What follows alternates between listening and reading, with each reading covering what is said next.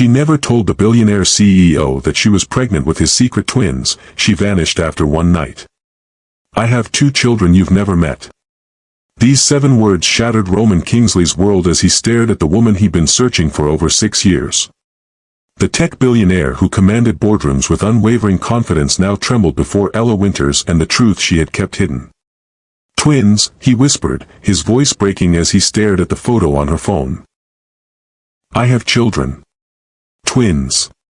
His amber eyes darkened with an emotion too complex to name. "6 years, Ella. 6 years you kept them from me."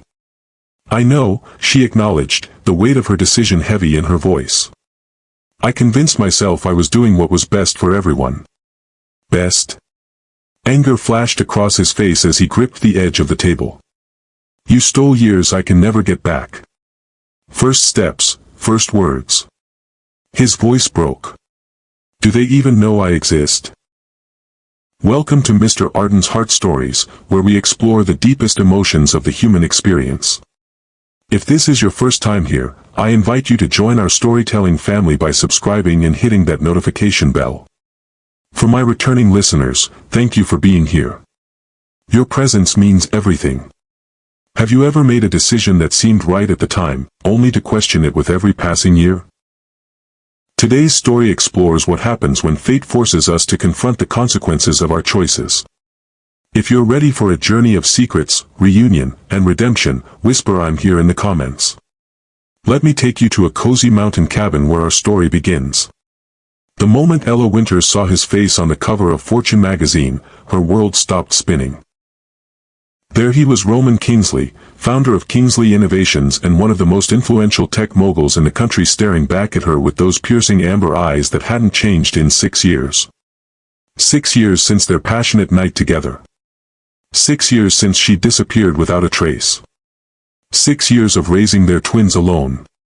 Ella's hands trembled as she set down her coffee mug. At 32, she had built a respectable life as a wildlife photographer, creating a warm home for 5-year-old twins Lily and Leo in their cozy mountain cabin. The children knew nothing of their father, the man who had unknowingly given them his analytical mind and artistic soul. "Mom, can we have pancakes?" Leo called from the kitchen, his small voice pulling her back to reality. "Coming, sweetheart," she replied, quickly flipping the magazine face down. Morning sunlight streamed through the cabin windows, illuminating dust motes dancing in the air. Outside, the Colorado mountains stood sentinel, the same mountains that had offered Ella refuge when she'd arrived alone and terrified, carrying new life within her. She moved to the kitchen, where Leo sat at the wooden table, his amber eyes so like his father's focused intently on a nature book. As she mixed batter and heated the griddle, Ella's mind drifted to that fateful night in Kyoto. She had been there photographing an endangered crane species. He was launching his company's Asian headquarters. Their paths crossed at a cultural exhibition, an American photographer and a rising tech entrepreneur finding unexpected connection beneath cherry blossoms.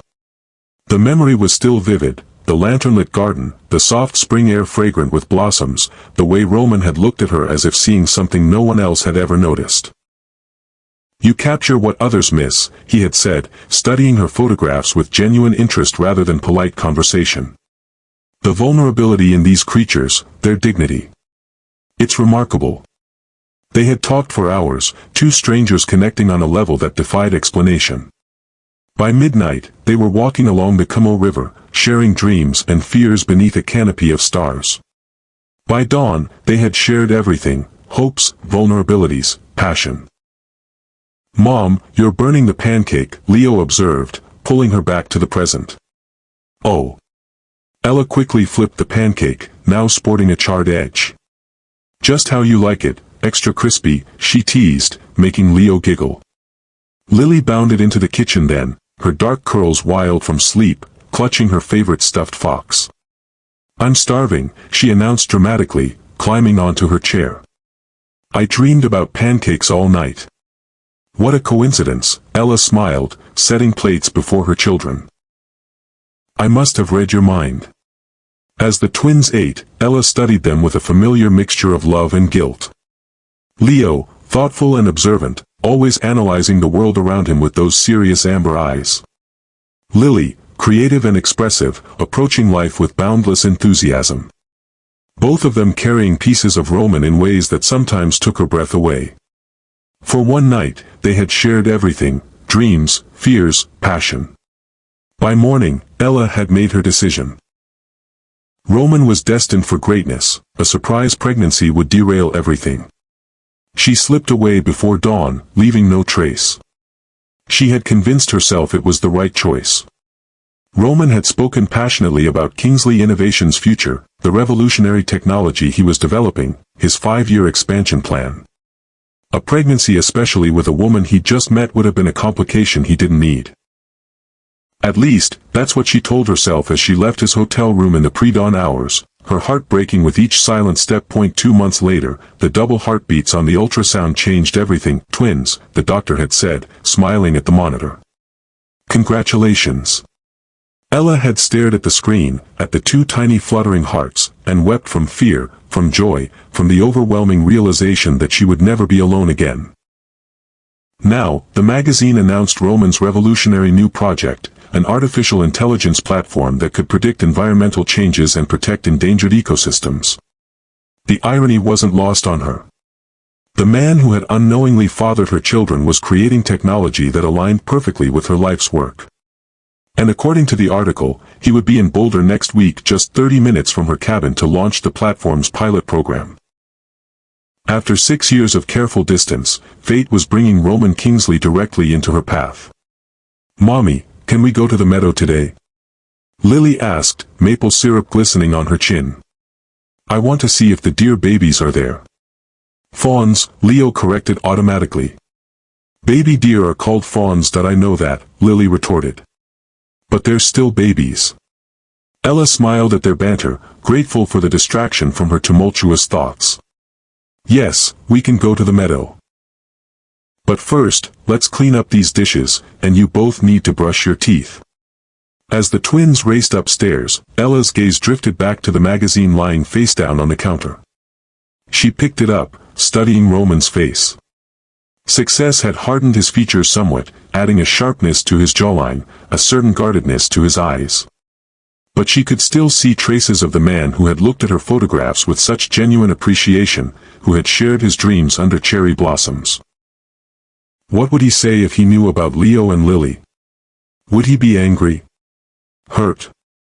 Would he want to be part of their lives, or would he see them as an inconvenience, a complication in his carefully constructed world? These questions had haunted her for years, growing more insistent as the twins grew older and their questions about their father became more frequent. The environmental impact projections look promising, Roman said, scrolling through data on his tablet. "But I want more emphasis on wildlife preservation metrics." His executive team nodded, making notes as their private jet began its descent into Boulder. At 38, Roman had built Kingsley Innovations into a global powerhouse, but this Project EcoSite was different. More personal. The cabin of the luxury jet hummed with quiet efficiency. Through the window, the Rocky Mountains rose majestically against the horizon, their peaks still capped with snow even in late spring. Roman had always appreciated natural beauty, but lately, he found himself more drawn to wild places, as if searching for something he couldn't quite name. "We land in 20 minutes, Mr. Kingsley," his assistant informed him. "The university research team will meet us at the conference center." Roman nodded, turning to gaze out the window at the majestic Rocky Mountains below. Something about this landscape stirred a memory. A conversation about wild places and belonging, shared with a woman whose face still occasionally haunted his dreams. Ella Winters. The wildlife photographer who had disappeared from his hotel room in Kyoto, leaving nothing but lingering questions and the faint scent of jasmine. He had searched for her afterward, intrigued by their connection, but she had vanished completely. Eventually, he'd focused on building his empire instead, channeling his energy into innovation. Yet something essential remained missing, a void no amount of success could fill. The memory of that night in Kyoto had faded somewhat over the years, but never completely disappeared. Sometimes, in quiet moments between meetings or in the solitude of his penthouse, he would remember her laugh, the passion in her voice when she spoke about her work, the way her green eyes seemed to see right through his carefully constructed facade. Sir. His assistant's voice pulled him from his thoughts. The governor called. He'd like to attend tomorrow's presentation. Fine, Roman replied, straightening his tie. Add him to the VIP list. As the plane touched down, Roman pushed thoughts of Ella aside. This week was about ecosite technology that could help preserve wild places for generations to come. The past was better left undisturbed. Yet as the jet taxied to a stop, he couldn't shake the feeling that something significant awaited him in Boulder, something beyond business deals and technological innovation. If you're enjoying this story so far, please take a moment to hit that like button. It helps more people discover our storytelling community. And if you have ever had a moment where fate seemed to intervene in your life, share it in the comments below. Now, let's continue with Ella and the twins. The meadow stretched before them, a tapestry of wildflowers swaying in the gentle mountain breeze. Ella watched as the twins explored, Lily dancing among the columbines while Leo crouched near a fallen log, observing a line of ants with intense concentration. These moments were precious to her children immersed in the natural world she loved, developing their own relationships with the wilderness. She lifted her camera, capturing Lily's joyful twirl against the backdrop of mountains, then shifting to frame Leo's serious profile as he studied the insects. "Mommy, look what I drew," Lily called later that afternoon, holding up a colorful drawing of what appeared to be a family, a tall woman with curly hair, two small children, and various woodland creatures surrounding them. "It's beautiful, sweetheart," Ella said, kissing the top of her daughter's head. "Is that us with the animals from the meadow?" Lily nodded enthusiastically. "And that's Mr. Fox and Mrs. Deer and Baby Bear." Leo looked up from his puzzle, his amber eyes so like Roman serious beyond his years. "There's no daddy in the picture," the simple observation made Ella's heart clench. The twins were asking more questions lately. Why didn't they have a daddy? Where was he? Did he love them? Her carefully constructed answers about a kind man who lives far away were no longer sufficient. Soon, they would need more. "Sometimes families look different," she explained gently. "Some have a mommy and daddy, some have two mommies or two daddies, and some, like us, have just a mommy and lots of animal friends." Leo seemed to consider this, his brow furrowing in that way that reminded her so much of Roman when he was deep in thought. "Jake at school says everyone has a daddy, even if they don't live together." "Jake is right," Ella acknowledged, choosing her words carefully. "You do have a father. He lives very far away and doesn't know about you." "Why doesn't he know?" Lily asked, her crayon pausing mid-stroke. Ella took a deep breath. "That's a grown-up story for another day. But I promise, when you're a little older, I'll tell you everything." "But I'm already 5 3/4, Leo pointed out. "That's almost grown up." Ella smiled, though her heart ached. "Almost, but not quite. Some stories are complicated, even for grown-ups. Is he nice?" Lily asked, returning to her drawing. "Our daddy?" "Yes," Ella answered truthfully. "He's very smart and kind and passionate about his work, just like you two are about the things you love." "Does he like animals?" Leo pressed. Ella hesitated. "I think he appreciates nature, yes." "Will we ever meet him?" Lily's question hung in the air, innocent yet weighted with implications that I don't know, sweetheart, Ella replied, the magazine article flashing in her mind. "But someday, maybe you will." Later that night, after tucking the twins into bed, Ella sat on her porch, staring at the stars scattered across the mountain sky. The Boulder Daily News lay open beside her, announcing Roman's arrival for the ecosite launch. 6 years of careful distance, and now he would be just minutes away. The universe had a cruel sense of humor. The wooden porch swing creaked gently as she rocked, the sound of night creatures creating a symphony around her. This home, this life she had built for her children, was everything she had ever wanted, simple, connected to nature, filled with love. Yet the foundation of it all was built on a secret that grew heavier with each passing year. Her phone chimed with a text from the Wildlife Conservation Center where she volunteered. "Emergency meeting tomorrow. Kingsley Innovations wants local environmental photographers for their ecosite launch." Your name came up. Interested? Ella stared at the message, her heart racing. After years of hiding, fate wasn't just bringing Roman nearby, it was pushing them directly into each other's paths. Her fingers hovered over the keyboard. The right answer was clear: decline politely, avoid any possibility of crossing paths with Roman. Keep the careful life she'd built intact. Instead, she typed, "I'll be there." As she pressed send, a mixture of terror and relief washed over her. Perhaps it was time. The twins were asking more questions. Roman had a right to know. And carrying this secret had become exhausting, a weight she could no longer bear alone. Tomorrow would change everything for better or worse.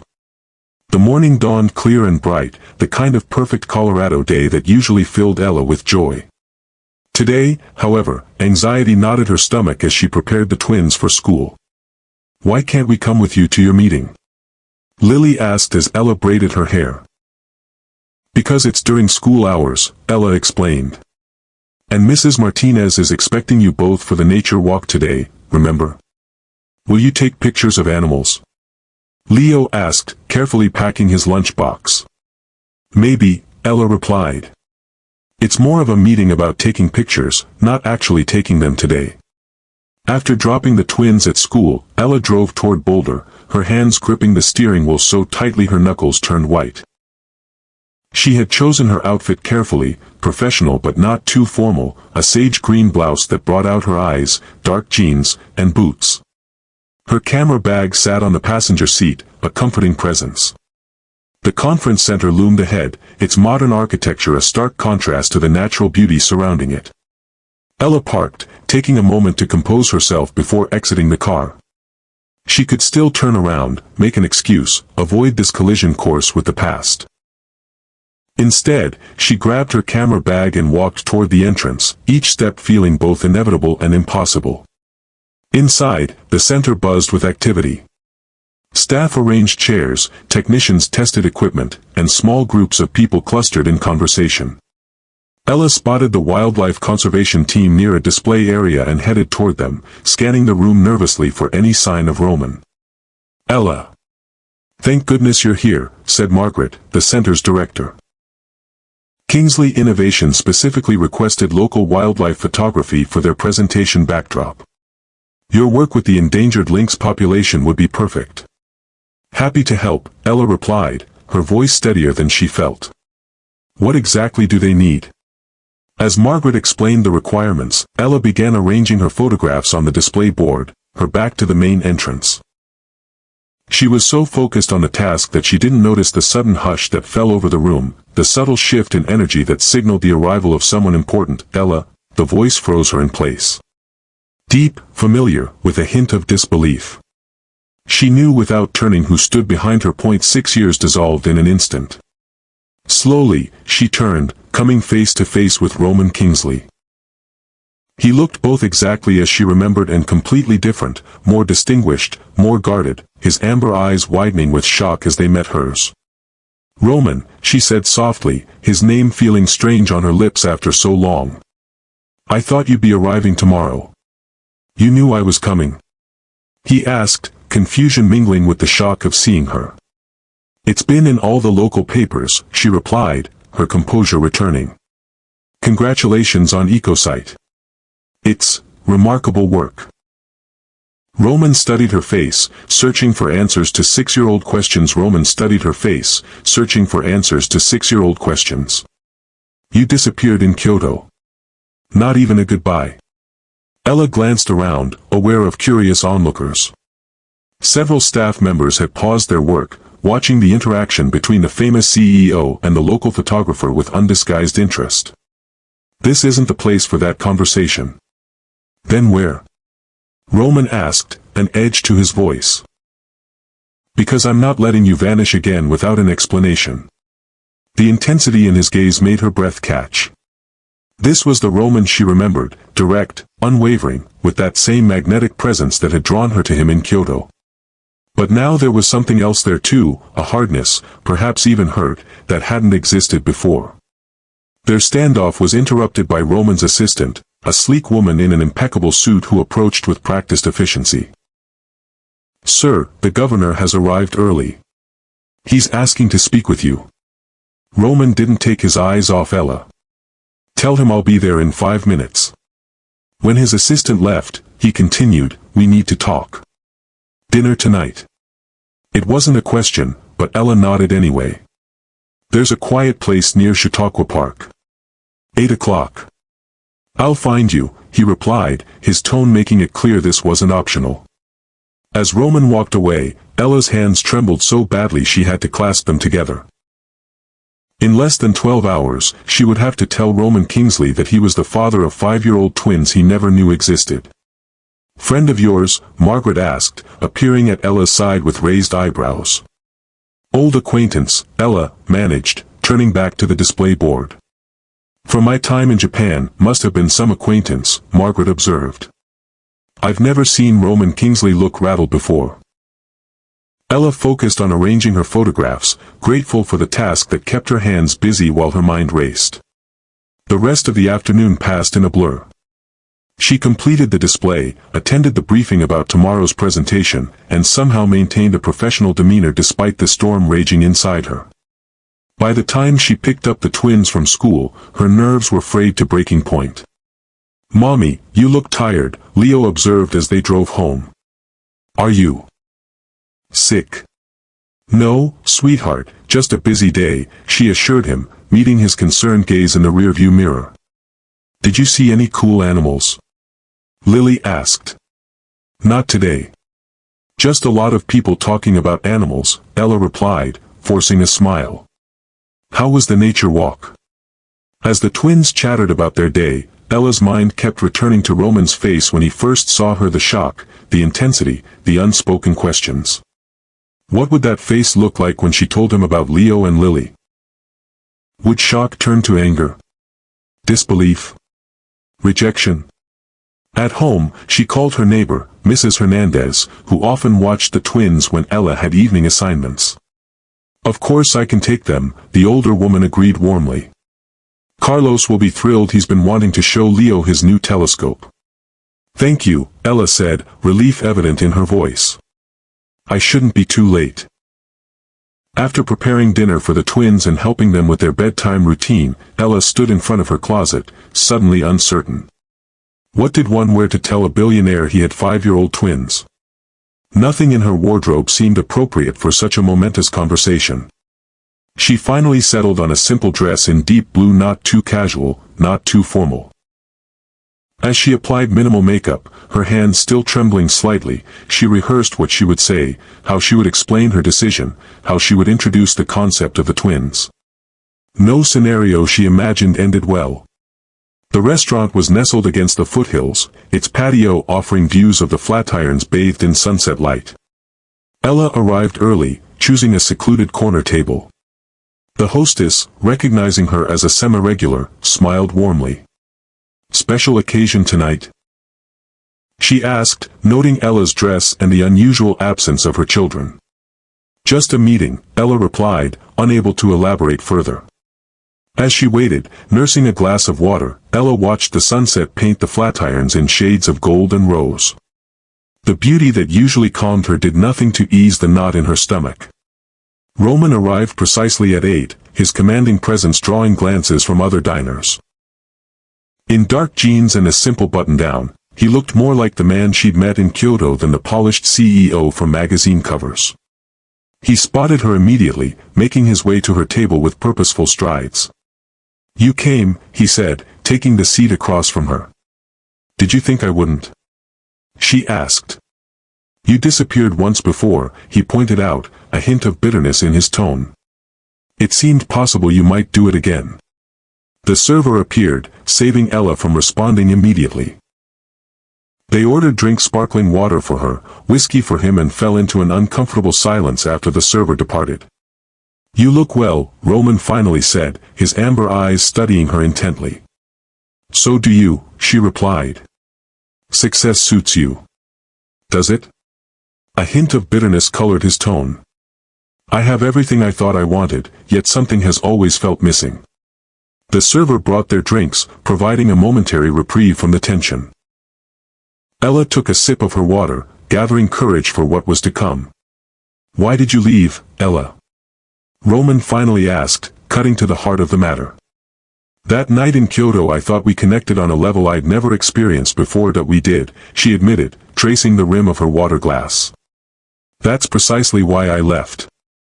"That makes no sense. You were launching in Asia, poised to become a global tech leader." "I was a wildlife photographer who spent months in remote locations. It wasn't practical." "You didn't give me the chance to decide that for myself," Roman countered, leaning forward. "You made that choice for both of us." His words hit their mark. Ella had replayed that justification countless times over the years, but hearing him challenge it directly made her realize how flimsy it sounded. "There's more to the story," she said quietly. "I'm listening." She reached for her phone, hands trembling slightly as she pulled up a photo. "This is why I left. Or rather, these are why." She turned the screen toward him. The photo showed two children with curly dark hair building a snowman, their faces alight with joy. One had Roman's amber eyes, the other, his distinctive smile. Roman stared at the image, the color draining from his face. "Who?" he began, though the answer was written in their features. "Lily and Leo," Ella said softly. "They're 5 years old. They're yours, ours." Roman's fingers gripped the edge of the table, his knuckles white. When he finally looked up, his eyes blazed with an emotion too complex to name. "Twins," he whispered. "I have children. Twins." His voice hardened. 5 years, Ella. 5 years you kept them from me." "I know," she acknowledged, the weight of her decision heavy in her voice. "I convinced myself I was doing what was best for everyone, best." Anger flashed across his face. "You stole years I can never get back. First steps, first word." His voice broke. "Do they even know I exist? They know they have a father. They don't know who you are." Roman ran a hand through his hair, visibly struggling for composure. "Why now? Why come to the conference knowing I'd be there?" "I didn't plan to reveal this," Ella admitted. "But seeing you again. They deserve to know you, and you deserve to know them." "And what exactly do you want from me?" Roman asked, his tone guarded. "Financial support?" "Because if that's no," she interrupted firmly. "I've never wanted your money. I've supported them myself from day one. Then what?" "Nothing. Everything." She met his gaze directly. "They're asking questions about their father. I want whatever is best for them. If that includes you in their lives, then I need to make that happen, regardless of how complicated it makes things." Roman's phone buzzed insistently. He ignored it, still processing the revelation that had shattered his world. "That I need to meet them," he said finally. "I know. But this needs to be handled carefully.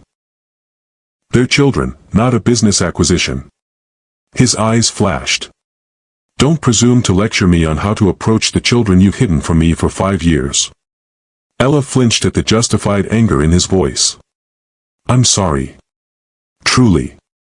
But my priority has to be their emotional well-being." Roman's phone buzzed again. With a frustrated sigh, he glanced at it. "I have to get back. There's an issue with tomorrow's demonstration." He stood, then hesitated. "I want to see them. Tomorrow." Ella nodded, writing her address on a napkin. "Come at 4. They'll be home from kindergarten by then." He took the napkin, his fingers brushing hers. For a moment, the old connection flickered between them before he pulled away. "Tomorrow," he confirmed, his expression unreadable. "We have a lot more to discuss." As he walked away, Ella felt both relief and terror. The truth was out, but the hardest part was yet to come. If this story is resonating with you, please take a moment to like this video and share your thoughts in the comments. Have you ever had to reveal a difficult truth to someone you care about? How did you find the courage? Your experiences might help others facing similar challenges.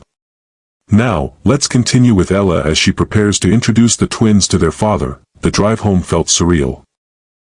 Ella's mind replayed Roman's expressions as he looked at the photo of the twins: shock, disbelief, anger, and something else, something that might have been longing. She had expected his anger, had prepared herself for it, but the raw emotion in his voice when he spoke of missing their first steps, their first words, that had cut deeper than she anticipated. Had she been wrong all these years? The question that had haunted her since the twins were born now screamed for an answer. Mrs. Hernandez was reading to the twins when Ella arrived home. Both children were drowsy, nestled against the older woman on the couch. "They wanted to wait up for you," Mrs. Hernandez explained, carefully extracting herself. "They just fell asleep a few minutes ago." "Thank you for watching them," Ella whispered, walking her neighbor to the door. "Anytime, dear." "They're wonderful children." The older woman paused. "Is everything all right? You seem troubled." Ella managed a smile. "Just some big changes coming. I'll tell you about it soon." After Mrs. Hernandez left, Ella gently woke the twins. "Time for bed, my loves." "You're back," Lily murmured sleepily, reaching up for a hug. "That I told you she would come back," Leo said, rubbing his eyes. "Mommy always comes back." The simple trust in their voices made Ella's heart ache. Tomorrow, she would introduce them to a father they had never known, a man who might become a permanent part of their lives or who might disappear again, this time breaking not just her heart, but theirs as well. As she tucked them into their beds, she studied their faces with new awareness. Tomorrow, their world would change forever. "Mommy," Lily said as Ella finished reading their bedtime story, "can we go see the baby foxes again tomorrow?" "Not tomorrow, sweetheart," Ella replied, smoothing her daughter's curls. "We're having a special visitor." "Who?" Leo asked, immediately curious despite his drowsiness. Ella took a deep breath. "Your father is coming to meet you." The twins exchanged wide-eyed glances, suddenly fully awake. "My daddy," Leo whispered, as if saying it too loudly might make it untrue. "Our daddy?" Lily echoed, sitting up in bed. "The one who lives far away?" "Yes," Ella confirmed. "His name is Roman, and he just found out about you. He's very excited to meet you both. Why didn't he know about us before?" Leo asked, his amber eyes so like Roman, serious and questioning. "That was my mistake," Ella admitted. "I thought it would be easier for everyone if he didn't know, but I was wrong. Sometimes grown-ups make mistakes too. Is he nice?" Lily asked, clutching her stuffed fox tighter. "Is he tall?" Leo added. "Does he like animals? Will he stay for dinner?" The questions tumbled out, and Ella answered as honestly as she could, realizing how little she actually knew about the man Roman had become. As she finally kissed them goodnight, she whispered a prayer that tomorrow would be the beginning of healing, not more heartbreak. Long after the twins had fallen asleep, Ella sat on the porch swing, staring at the stars. Tomorrow would change everything, not just for the twins, but for her as well. The careful life she had constructed, the boundaries she had established, the independence she had fought for, all of it would be altered by Roman's presence. Would he want to be involved in their lives? Would he demand custody rights? Would he resent her for the years she had kept them from him?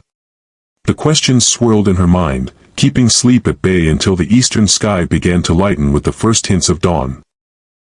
Meanwhile, across Boulder, Roman Kingsley paced the floor of his luxury hotel suite, sleeping equally elusive.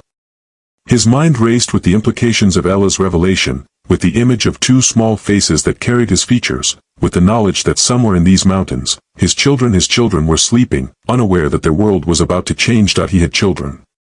Twins. A son and daughter he had never known existed. The anger that had flared at the restaurant still simmered beneath the surface, anger at Ella for making such a monumental decision without him, for robbing him of years he could never reclaim. But beneath the anger lay something else, a fierce, protective instinct he had never experienced before, an overwhelming desire to know these children, to be part of their lives, to make up for lost time. Roman spent a sleepless night researching everything about parenting 5-year-olds. By morning, his hotel suite was littered with hastily ordered toys, books, and child-sized outdoor gear scheduled for express delivery. His executive team was bewildered by his sudden cancellation of all appointments for the next 3 days, "But sir, the governor is expecting you at the gala tonight," his assistant protested over the phone. "Send my apologies," Roman replied, his tone brooking no argument. "Family emergency." "Family?"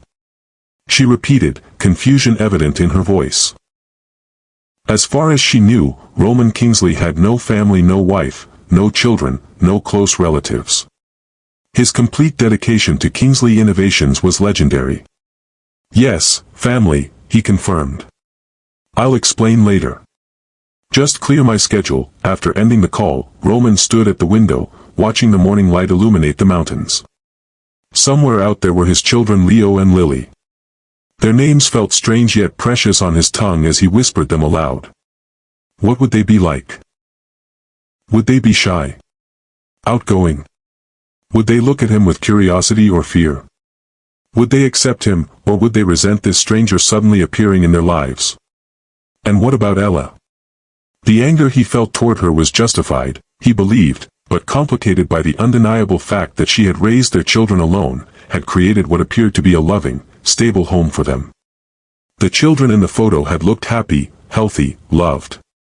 As the day progressed, Roman's anxiety grew. He changed his outfit 3 times, unsure what a father should wear to meet his children for the first time. He reviewed the gifts he had ordered, wondering if they were appropriate, too much, not enough. He rehearsed what he would say, how he would introduce himself, how he would explain his absence without blaming their mother. At precisely 3:55 p.m., his driver pulled up outside a rustic cabin nestled among pines, with a breathtaking view of the mountains. Roman sat in the car, staring at the place where his children had grown up without him. Anger, anticipation, and fear warred within him. The cabin was smaller than he had expected, but charming, a wooden structure with a wide porch, colorful flower boxes beneath the windows, and children's bicycles leaning against the railing. It looked like a home, warm and lived in, so different from his sterile penthouse in San Francisco. Finally, he approached the door and knocked, a gift bag in each hand. Ella opened it, dressed simply in jeans and a green sweater that matched her eyes. "You came," she said softly. "Did you think I wouldn't?" he replied, his voice tight with emotion. Before she could answer, movement behind her caught his attention. 2 small faces peered around her legs, curious and slightly wary. Roman's carefully prepared greeting evaporated. These weren't abstract concepts anymore, they were real children. With Roman's carefully prepared greeting evaporated. These weren't abstract concepts anymore, they were real children. With his eyes and Ella's curls, watching him with undisguised curiosity. "Lily, Leo," Ella said gently, "this is your father, Roman." Time seemed to stand still as Roman looked at his children, really looked at them for the first time. The boy, Leo, had his amber eyes and serious expression, while Lily had inherited his smile and the slight dimple in her left cheek. Both had Ella's curly hair and delicate features. They were perfect, a miraculous blend of himself and the woman he had never forgotten. Leo stepped forward first, analytical even at 5. "You look like me," he observed. "You look like me," Roman countered softly, kneeling to their level, his voice thick with emotion. Lily approached more cautiously. "Mommy said you didn't know about us." "That's true," Roman confirmed, his throat tight. "If I had known, I would have been here every day." "Every day?" she pressed, testing his sincerity. "Every single day," he promised, meaning it with every fiber of his being. The twins exchanged a glance before Leo asked, "Do you like animals?" A smile broke through Roman's tension. "I love animals. In fact." He offered them the gift bags. "I brought you something." The twins looked to their mother for permission. At Ella's nod, they accepted the bags, their excitement overcoming their initial shyness. "A fox!" Lily exclaimed, pulling out a beautifully crafted stuffed red fox. "Look, Leo, it's just like the ones in our meadow." Leo's gift was a detailed model of the solar system that could project constellations onto his bedroom ceiling. "Cool," he breathed, examining it with careful fingers. "I've been learning about stars at school." Roman watched their reactions, his heart swelling. Somehow, despite never having met them, he had chosen gifts that resonated with their interests. Perhaps some connection, some instinct, had guided him. "Would you like to come in?" Ella asked, stepping aside. The twins can show you their room. The cabin's interior was cozy and warm, with natural wood beams, comfortable furniture, and walls adorned with Ella's wildlife photographs. Evidence of the twins' presence was everywhere: books stacked on the coffee table, a child-sized easel in the corner, a half-completed puzzle on a side table. "We have bunk beds," Lily announced, taking Roman's hand with surprising ease. "I'm on top because I'm braver." "Only by 2 minutes," Leo protested, following them. "And I let you have the top bunk because I like being closer to my books."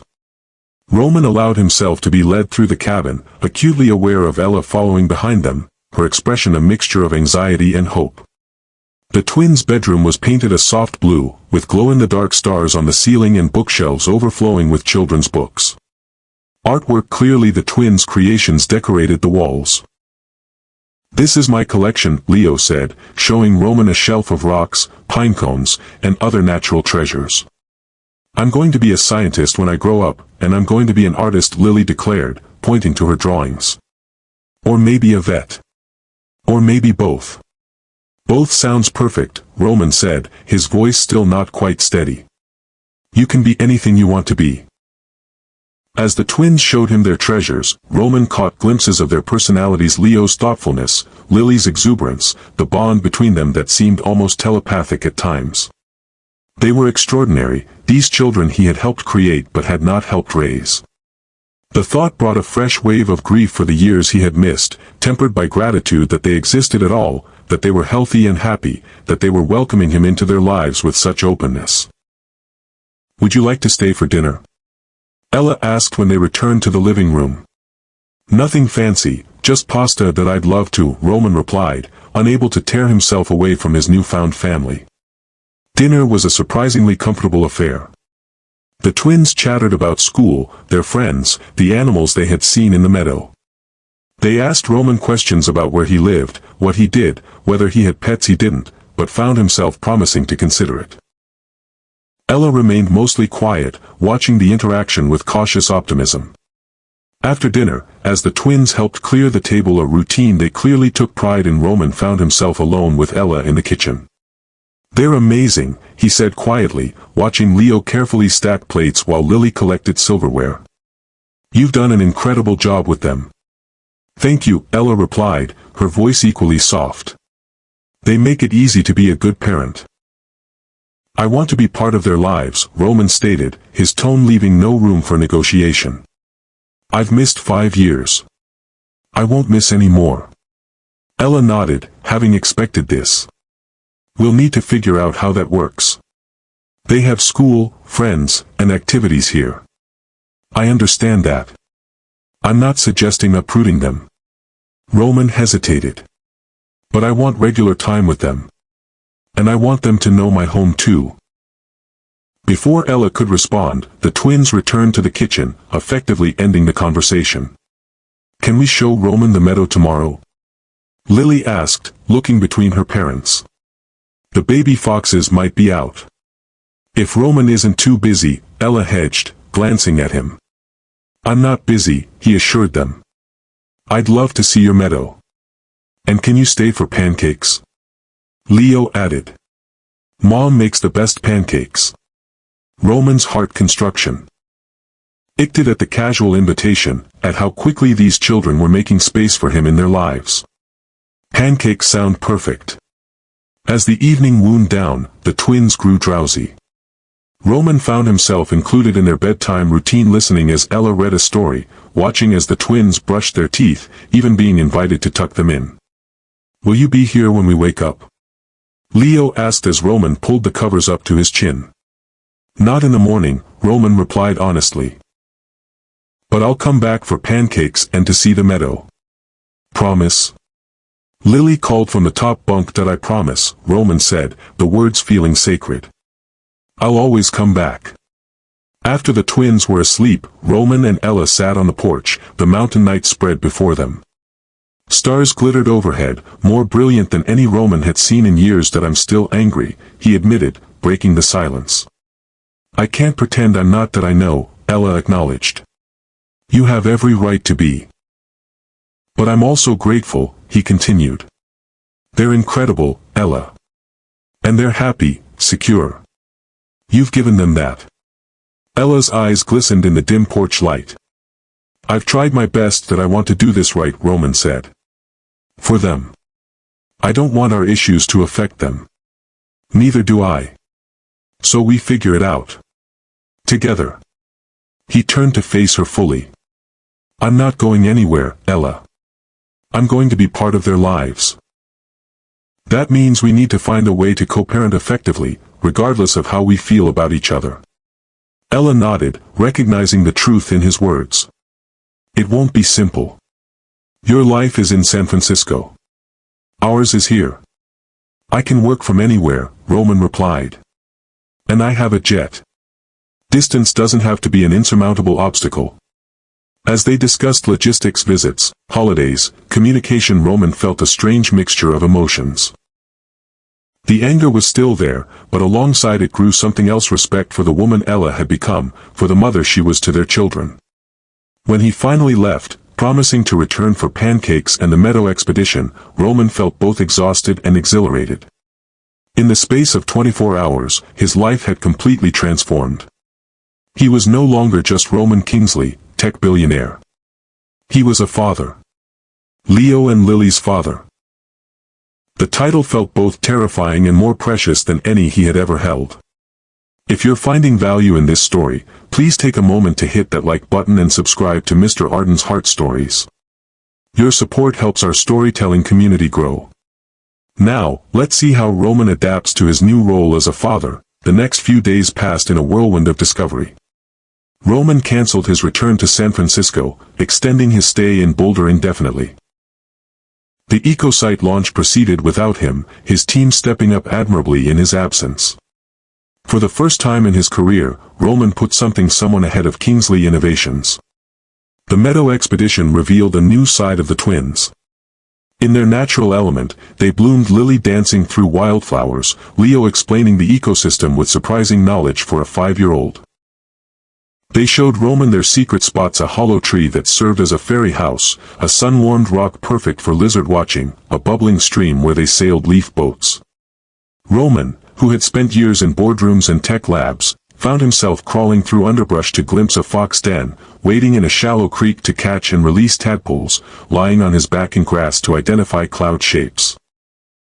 You're getting your fancy clothes dirty, Leo observed as Roman knelt to examine a line of ants. Clothes can be cleaned, Roman replied. This is more important, Ella watched from a distance, her camera occasionally capturing moments between father and children. Roman lifting Lily onto his shoulders to see a bird's nest, Leo and Roman deep in conversation about why the sky is blue, the three of them laughing as a butterfly landed briefly on Roman's nose. Each photo told the story of a connection forming, bridges being built across the 5-year chasm that had separated them. In the evenings, after the twins were asleep, Roman and Ella continued their discussions about the future. The conversations were sometimes tense, occasionally tearful, but always focused on what was best for Leo and Lily. That I want to buy a house here, Roman announced on the third night. Something close by, so I can be part of their daily lives when I'm in town. You don't need to do that, Ella protested. Hotels work fine for visits. This isn't about visits, Roman countered. This is about being a father. I want them to have a space that's theirs in my home too.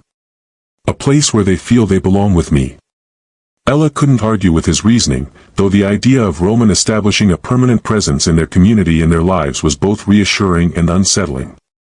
As the days passed, Roman's anger gradually softened.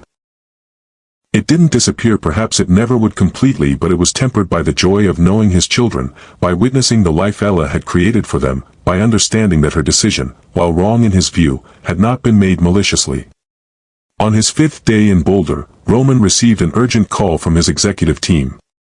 A major issue had arisen with the EcoSite launch, one that required his immediate attention.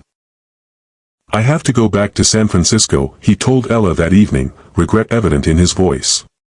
Just for a few days. The twins will be disappointed, she said. They've gotten used to having you here, that I know. The thought of leaving them, even temporarily, felt physically painful. Will you explain it to them? That I'm not disappearing, just working. Of course, the twins' reaction to news of his departure was more emotional than either parent anticipated. But you just got here, Lily protested, tears welling in her eyes. You can't leave yet. That I'll be back very soon, Roman promised, kneeling to her level. Just a few days. That's what Jake's dad said, Leo stated, his expression serious. He went on a business trip and never came back. Now Jake only sees him on holidays. Roman's heart clenched at the fear in his son's eyes. That's not going to happen with us, he assured them both. I promise I'll be back on Friday. And we'll talk every day while I'm gone. Pinky promise? Lily held out her tiny finger. Pinky promise, Roman agreed solemnly, linking his finger with hers, then with Leo's. That night, after the twins were asleep, Roman made a decision that would alter the course of his life and his company. I'm moving Kingsley Innovations headquarters to Boulder, he told Ella as they sat on the porch. The environmental focus of EcoSite makes it a logical location anyway. Ella stared at him, stunned. You can't uproot your entire company for this. I'm not doing it just for this, Roman replied. Though I won't pretend the twins aren't a major factor. Boulder has a strong tech community, lower operating costs than San Francisco, and quality of life benefits for employees. It makes business sense too, Roman. I've missed 5 years, Ella, he interrupted, his voice intense. I won't miss any more. Not for business, not for anything. The determination in his eyes reminded Ella of the passionate entrepreneur she had met in Kyoto, the man who spoke of changing the world through technology, who pursued his vision with single-minded focus. Now that same intensity was directed toward fatherhood. What about your life in San Francisco? She asked. Your friends, your home, Roman's laugh held little humor. My life has been Kingsley Innovations. My penthouse is just a place to sleep between meetings. As for friends, he shrugged. Success tends to complicate friendships. Most of my social circle consists of business associates. The admission revealed a loneliness Ella hadn't considered, that the successful billionaire might have sacrificed personal connections in pursuit of his empire. The twins and I have built a life here, she said carefully. I don't want them to feel that's being taken over or changed too quickly. That I understand that, Roman assured her. I'm not asking to move in or disrupt your routines. I just want to be close enough to be present, to be involved. To be their father in more than name. As Roman prepared to leave for San Francisco the next morning, the twins clung to him, extracting multiple promises of his return. That I'll be back on Friday, he repeated, hugging them tightly. And we'll video chat every night at bedtime. Don't forget, Leo warned, his expression serious. That I won't forget, Roman promised. You two are the most important people in my world now. The words, spoken spontaneously, were absolutely true. In less than a week, these two small humans had completely rearranged his priorities, his plans, his heart. As his car pulled away from the cabin, Roman looked back to see the twins waving from the porch, Ella standing behind them with a hand on each child's shoulder. The image stayed with him throughout the flight to San Francisco. His family, waiting for his return, his family. The concept was still new, still astonishing. In San Francisco, Roman moved through his meetings with uncharacteristic impatience. Issues that would have consumed his attention a week ago now seemed trivial compared to the promise he had made to 2 5-year-olds. You seem different, his CFO observed after a particularly tense board meeting where Roman had announced a planned relocation to Boulder. More. I don't know, human. Roman almost smiled. Let's just say my perspective has changed. Each evening, true to his word, Roman video called the twins at bedtime. They showed him their artwork from the day, recounted adventures in the meadow, asked when exactly he would return. Ella hovered in the background, occasionally joining the conversation but mostly allowing the twins their time with their father. On the third night, after the twins had said goodnight, Ella remained on the call. They miss you, she said simply. They keep asking how many more sleeps until Friday. I miss them too, Roman admitted. More than I thought possible. They've never had this before, someone leaving who promises to come back. It's new territory for them. And for me, Roman added. I've never had anyone waiting for me to return. The vulnerability in his admission hung between them, a reminder of the connection they had once shared, of the possibility that had been cut short by her decision to leave. Friday, Ella said softly. They'll be counting the hours. So will I. True to his promise, Roman returned on Friday, his car pulling up to the cabin precisely when he said it would. The twins, who had been watching from the window, burst through the door before he could even knock. You came back. Lily exclaimed, throwing herself into his arms. That I promised I would, Roman replied, lifting her up while reaching out to include Leo in the embrace. Did you bring us anything? Leo asked, his practical nature asserting itself. Roman laughed. As a matter of fact, I did. From the car, he retrieved 2 packages: a junior astronomy kit for Leo and an art set for Lily. The twins' delight at the gifts was overshadowed only by their joy at his return. Over the next few weeks, a routine began to establish itself. Roman found a house not far from the cabin, a modern structure. Over the next few weeks, a routine began to establish itself. Roman found a house not far from the cabin, a modern structure with large windows that framed the mountain views. He furnished it simply but comfortably, creating bedrooms for the twins that reflected their interests and personalities. You have 2 houses now, Lily observed during their first visit to Roman's new home. One with mommy and one with daddy. The casual use of daddy brought a lump to Roman's throat. The twins had begun using the term naturally, without prompting, about 2 weeks after his return from San Francisco. That's right, he managed. And you have rooms in both houses. I like having 2 houses, Leo decided, exploring his new bedroom with its star-themed decor and built-in bookshelves. It's like having 2 different worlds. Roman and Ella established a co-parenting schedule that allowed the twins to spend time with both parents while maintaining the stability of their school and activities. Roman adjusted his work hours to accommodate school pickups and bedtime routines, often taking video calls from his home office while the twins played nearby. Kingsley Innovations' relocation to Boulder proceeded more smoothly than anticipated. Many employees welcomed the move to a city with a lower cost of living and access to outdoor recreation. Those who chose not to relocate received generous severance packages. The company leased temporary office space while construction began on a new headquarters, one designed with sustainability in mind, incorporating many of the environmental principles that had inspired EcoSite. As summer arrived, bringing longer days and school holidays, the twins flourished under the attention of both parents. Roman discovered a natural aptitude for fatherhood that surprised even him: patience with endless questions, willingness to engage in imaginative play, genuine interest in their developing minds and personalities. You're good with them, Ella remarked one evening as they watched the twins chase fireflies in Roman's backyard. Better than I expected. They make it easy, Roman replied, echoing her words from weeks earlier. They're extraordinary kids, they are, she agreed, a hint of pride in her voice. Though I might be biased, the moment was comfortable, the tension that had marked their early interactions gradually giving way to a tentative friendship built on mutual respect and shared love for their children. Yet beneath the surface, unspoken questions remained. What exactly were they to each other now?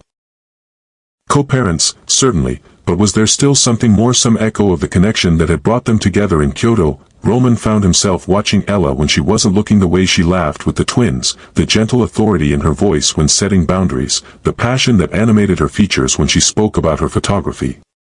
The woman she had become was even more compelling than the one he had met 6 years ago. For her part, Ella noticed changes in Roman: a softening of his driven intensity, a willingness to be present in the moment rather than always focused on the next goal, a genuine joy that had been absent in the ambitious entrepreneur she had known. One evening in late July, after the twins had been tucked into bed at Roman's house following a day of hiking, Ella lingered on his deck, watching the sunset paint the mountains in fiery hues. That I should go, she said, though she made no move to leave. Stay, Roman suggested. Have a glass of wine. The twins are asleep anyway. Ella hesitated, then nodded. Just one. That they sat in comfortable silence, the mountain twilight deepening around them. Fireflies blinked in the garden below, and somewhere in the distance, an owl called. I've been thinking about Kyoto, Roman said finally. About what might have happened if you had stayed, if you had told me about the pregnancy. Ella tensed slightly. They had carefully avoided this topic in recent weeks, focusing instead on the present and future. I've thought about that too, she admitted. More than I care to admit. And I don't know, she sighed. Maybe you would have stepped up immediately, been thrilled about becoming a father. Or maybe you would have resented the complication, felt trapped. We had known each other for one night, Roman. That it was more than just one night, he countered softly. We both know that. The truth of his words hung between them. Their connection in Kyoto had been immediate, profound, a kind of recognition that comes rarely in a lifetime. That I was scared, Ella confessed. Of depending on someone, of disrupting your life, of being seen as someone trying to trap a successful man. And later, after the twins were born, I was terrified of disrupting their lives, of introducing someone who might not stay. That I understand that better now, Roman acknowledged. Seeing you with them, understanding what you've built here, I get why you were protective. I don't agree with the decision, but I understand it. Ella met his gaze. For what it's worth, I'm sorry. Not for having the twins, never for that, but for making a decision that affected all of us without giving you a choice. The apology, simple and sincere, eased something in Roman that had remained tense despite the progress of recent weeks. Thank you, he said quietly. That means a lot. As summer faded into fall, the twins started kindergarten. Roman and Ella attended the first day together, both misty-eyed as their children marched confidently into their classroom, backpacks nearly as big as they were. They're growing up so fast, Ella murmured as they walked back to the parking lot. Too fast, Roman agreed. I feel like I just found them, and already they're becoming more independent. That's the job, Ella reminded him. To raise them to not need us anymore. I'm not ready for that part yet, Roman admitted, making her laugh. The fall brought new routines: school drop-offs and pickups, homework supervision, after-school activities. Roman threw himself into fatherhood with the same dedication he had once reserved for business, attending every school event, volunteering for field trips, coaching Leo's junior soccer team despite knowing almost nothing about the sport. Kingsley Innovations' new headquarters opened in October, a striking building of glass and sustainable materials that quickly became a landmark in Boulder's tech community. Roman's office featured photographs of the twins prominently displayed, and his assistant knew that meetings were to be scheduled around school events whenever possible. You've changed the company culture, his COO observed during the building's opening celebration. For the better, I think. We're more human now, more connected to what matters, Roman nodded, watching as the twins explored the building's rooftop garden with Ella. I've learned what matters, he said simply. As the holidays approached, new questions arose about how to navigate family traditions and celebrations. After some discussion, Roman and Ella decided to share Thanksgiving, preparing the meal together at Roman's house with the twins helping or hindering, depending on one's perspective. More stuffing, Lily demanded, her hands covered in bread crumbs. I think that's enough, sweetheart, Ella laughed, gently redirecting her daughter's enthusiasm. Can we eat outside? Leo asked, peering through the window at the light dusting of snow that had fallen overnight. It's a bit cold for that, Roman pointed out, but we could have a fire in the fire pit, Leo persisted. And wear our warm clothes. It would be an adventure. Roman and Ella exchanged glances, a silent communication that had developed over months of co-parenting. An adventure sounds perfect, Roman decided, already planning how to make the outdoor dining area comfortable despite the chill. The Thanksgiving meal, served at a table on Roman's deck with heaters blazing and the fire pit crackling nearby, became an instant family tradition, one that belonged uniquely to them, not carried over from either parent's past. As they ate, watching the sun set over the mountains, Ella found herself overwhelmed with gratitude. A year ago, she had been terrified of Roman discovering the twins' existence. Now, she couldn't imagine their lives without him. I'm thankful for our family, Lily announced when they went around the table sharing gratitudes. For Mommy and Daddy and Leo and all the animals in our meadow. I'm thankful for stars and planets and my telescope, Leo added. And for having 2 houses and a Mommy and Daddy who don't fight like Jake's parents. The innocent observation made both adults smile ruefully. They had worked hard to keep their initial tensions away from the twins, to present a united front despite their compel.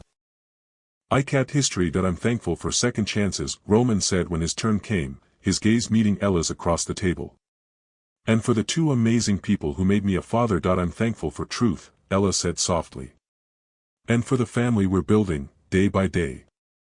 After the twins were asleep, Roman and Ella sat by the fire pit, wrapped in blankets against the November chill. "This feels right," Roman observed, watching the flames dance.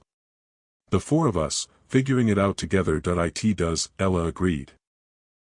"Better than I ever imagined possible." "I've been thinking," Roman began, then hesitated. "About us. About what we might be to each other, beyond co-parents." Ella's heart quickened. "Oh, I know we've been focused on the twins, on establishing stability for them. That was the right priority." That he turned to face her fully. "But I can't help wondering if there's still something between us, something worth exploring." The firelight played across his features, highlighting the earnestness in his expression. This was not the driven entrepreneur she had met in Kyoto, nor the angry man who had confronted her at the restaurant months ago. This was someone new, a father, a partner, a man who had found purpose beyond success. "I've wondered that too," she admitted. "But it's complicated. We have the twins to consider. I know. And I don't want to rush anything or create confusion for them." Roman reached for her hand, his touch warm despite the cool air. "But I also don't want to ignore what might be possible between us." Ella looked at their joined hands, then up at the stars scattered across the night sky. "Maybe we could start slowly," she suggested. "A date, perhaps. Something just for us, away from our roles as parents." Roman's smile was worth the risk of vulnerability. "I'd like that very much." Their first official date, dinner at a small restaurant in town while Mrs. Hernandez watched the twins, was both familiar and new. They spoke of their lives before reconnecting, of dreams and disappointments, of the people they had become in the years apart. "I was so focused on building Kingsley Innovations," Roman confessed over dessert. "I convinced myself that success would be enough, that personal relationships were a distraction from the goal, and now," Ella asked. "Now I understand that success means nothing without someone to share it with." His gaze held hers. "The twins showed me that. And you." As winter settled over the mountains, Roman and Ella's relationship deepened gradually, always mindful of the twins and their need for stability. They were careful to keep adult conversations private, to maintain boundaries that would protect the children if things didn't work out between them, but as the months passed, it became increasingly clear that what they were building was strong, rooted in mutual respect and shared purpose, as well as the attraction that had never fully disappeared. "Daddy, are you and Mommy going to get married?" Lily asked one snowy afternoon as they built a snowman in Roman's yard. Roman nearly dropped the carrot nose he was about to attach. "Why do you ask that, sweetheart?" "Because you look at Mommy the way Prince Charming looks at Cinderella," she explained matter-of-factly. "And because Leo and I think it would be nice to live in one house all the time instead of two." "Have you and Leo been discussing this?" Roman asked, both amused and touched by his children's observations. "Aha. We took a vote and decided we're in favor of it." Roman laughed, lifting his daughter to help her place the carrot nose. "Well, I'm glad to have your approval, but these things take time. Grown-up relationships are complicated." "Why?" Lily persisted. "You love Mommy and she loves you. What's complicated about that?" Out of the mouths of babes, Roman thought, unable to formulate a reasonable answer to his daughter's simple logic. That evening, after the twins were asleep, he recounted the conversation to Ella as they sat by the fire in his living room. "Apparently our children have been voting on our relationship status," he concluded, watching her reaction carefully. Ella laughed, though a blush colored her cheeks. "They've always been observant." "They're not wrong, though," Roman said quietly. "About how I feel about you," the admission hung in the air between them, honest and vulnerable. "They're not wrong about how I feel either," Ella replied, meeting his gaze steadily. Roman moved closer, taking her hands in his. "I love you, Ella. I think part of me has loved you since that night in Kyoto. Even when I was angry, even when I didn't understand your choices, something in me recognized you as essential." Tears glistened in Ella's eyes. "I love you too. I tried not to, tried to keep my feelings focused only on our co-parenting relationship, but," Roman's kiss was gentle, a promise rather than a demand. When they parted, both were smiling. "So what now?" Ella asked. "The twins will be thrilled, but we should be careful about how we proceed." We take it one day at a time, Roman suggested. We continue building what we've started, a family based on trust and honesty. The rest will follow naturally.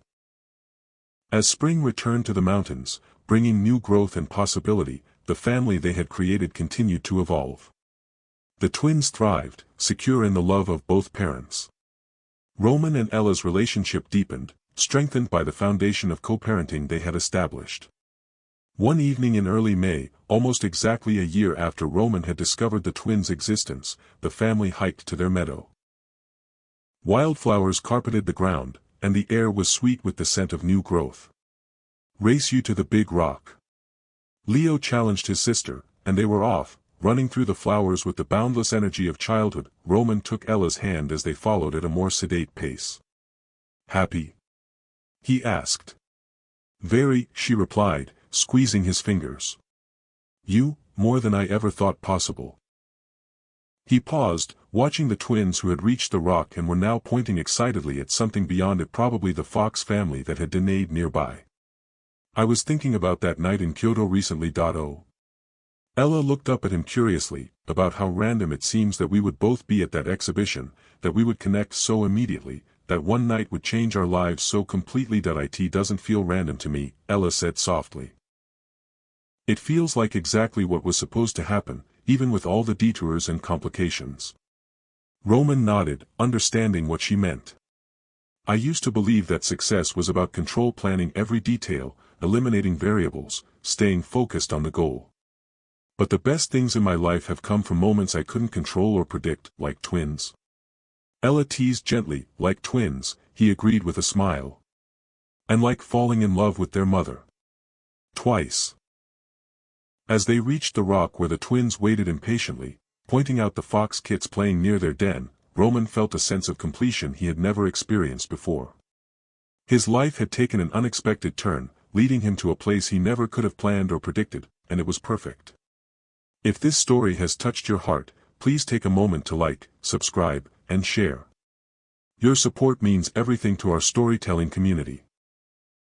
Remember, sometimes life's greatest blessings come disguised as unexpected challenges, and the families we create, whether by birth, choice, or circumstance, are our most precious legacy. This is Mr. Arden, reminding you that second chances are possible, truth eventually finds its way to the surface, and love, in all its complicated forms, is always worth the risk. Until our next story, may your heart remain open to life's unexpected gifts.